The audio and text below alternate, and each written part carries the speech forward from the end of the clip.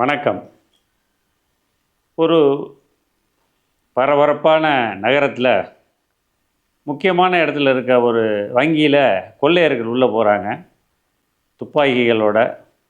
உள்ளே போன வேகத்துக்கு நாங்கள்லாம் கொள்ளையடிக்க வந்திருக்கோம், வங்கியில் இருக்கிற பணம் அரசாங்கத்துக்கு சொந்தமானது, ஆனால் இங்கே இருக்கிற உங்களோட உயிர் உங்களுக்கு சொந்தமானது, தயவு செஞ்சு ஒத்துழைக்கணும் அப்படின்னு சொல்கிறாங்க. எல்லோரும் கீழே படுத்துடுறாங்க.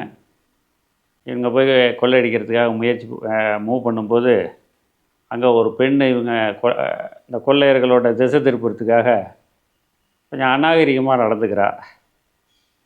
அப்போது கொள்ளையரில் ஒருத்தன் சொல்கிறான், அம்மா இங்கே நடக்க போகிறது கொள்ளை, கற்பழிப்பு இல்லை, தயவு செஞ்சு உட்காருன்றான். இதுதான் செய்கிற தொழிலில் கவனமும் ஃபோக்கஸுமாக இருக்கிறதுங்கிறது. கொள்ளையர்கள் கொள்ளையடிச்சிட்டு போயிட்டாங்க. போன உடனே அந்த கொள்ளையரில் ஒருத்தன் சொல்கிறான், நம்ம உடனடியாக எல்லாத்தையும் எவ்வளோ கொள்ளையடிச்சோங்கிறத எண்ணி பார்ப்போம் அப்படிங்கிறான். அதில் முதிர்ந்த கொள்ளையர் ஒருத்தர் சொல்கிறாரு, தயவு செஞ்சு எல்லாம் அமைதியாக இருங்க, அரசாங்கமே நம்ம எவ்வளோ கொள்ளையடிச்சோங்கிறத செய்தியில்னா பணம் நிறைய இருக்குது, உட்காந்து என்றது அவ்வளோ நேரம் ஆகும் அப்படின்னு. அன்று மாலையே செய்தி வரப்போகுது. ஆவலோடு காத்துட்ருக்காங்க. வங்கியின் மேலாளர் காவல்துறைக்கு தகவல் தெரிவிக்கிறதுக்காக முயற்சிப்பதற்கு முன்னாடி அவருக்கு மேலே உள்ள அதிகாரி அவருக்கு தொடர்பு கொண்டு வங்கியில் களவு போனது எவ்வளோன்னு கேட்குறாரு. 20 கோடி.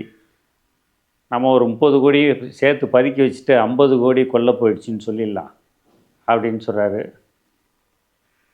அப்போ இன்னொரு அதிகாரி சொல்கிறாரு, இதுவும் நல்லா இருக்கே, வருஷத்துக்கு ஒரு தடவை இப்படி கொல்ல போனால் நல்லா தான் இருக்குன்றாரு. இப்படி கான்வர்சேஷன் போகுது. போலீஸ் சொல்லிடுறாங்க. இப்படி ஒவ்வொரு இடமும் செய்திகள் பரவுது. அன்று மாலை செய்தியில் வருது,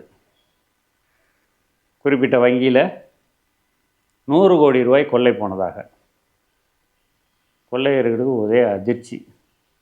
இது 100 கோடி இருக்காதுன்னு அவசர அவசரமாக என்ன ஆரம்பிக்கிறாங்க. எப்படி தான் தலையிலனாலும் 20 கோடியை தாண்டல, ஏன்னா திருடினதே 20 கோடி தானே. அப்போது ஒரு கொள்ளையன் சொல்கிறான், நம்ம இவ்வளோ கஷ்டப்பட்டு 20 கோடியை கொள்ளையடிக்கிறோம், ஒரு வங்கி அதிகாரியாக இருக்கிறவன், படித்தவங்கிறதுனால வங்கி அதிகாரியாக இருக்கிறான், அவன் ஈஸியாக 80 கோடியை கொள்ளையடிச்சிட்டான், இதுக்கு தான் ஏன் படிச்சிருக்கணும்னு சொல்கிறது.